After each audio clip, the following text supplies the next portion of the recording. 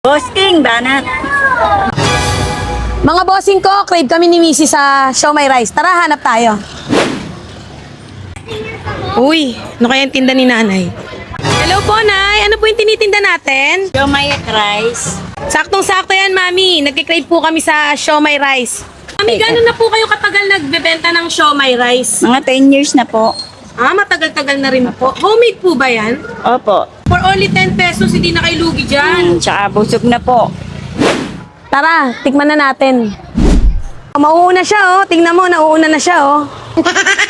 Babanatan niya na agad, oh. Hindi siya magpapatalo. Talagang uunahan niya ako. Uunahan niya ako, mga bossing ko. Hindi kaya ng toothpick. Kailangan nahawakan mo. Kasi ang laki niya. Sobrang laki niya. Kasi ang laki po niya. Sarap niya na. Up. Ayan yung rice. Oh, ako naman. Ako naman, syempre. Ganito ang tamang pagkain dyan, oh. Huwag nyo nang toothpickin. Tamayin nyo na agad. Ganun din naman yun, eh, oh. Diba, Nay? Para mas masarap. Lagyan. Ah. Halika, lapit mo dito. Ganito yan, oh. Ang tamang pagkain, oh. Kita mo yan? Oh. Bigay natin yan lahat. Oh. Wala nang kutsa-kutsara. Kamay na agad. Oh.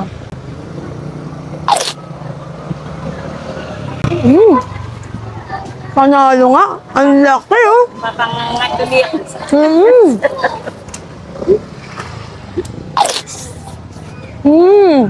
Iba talaga, madam, pag homemade. Sarap. Ito, David's naman to. Itong white lang ang homemade, mga bossing ko. David's, baka naman. Sarap po, David's.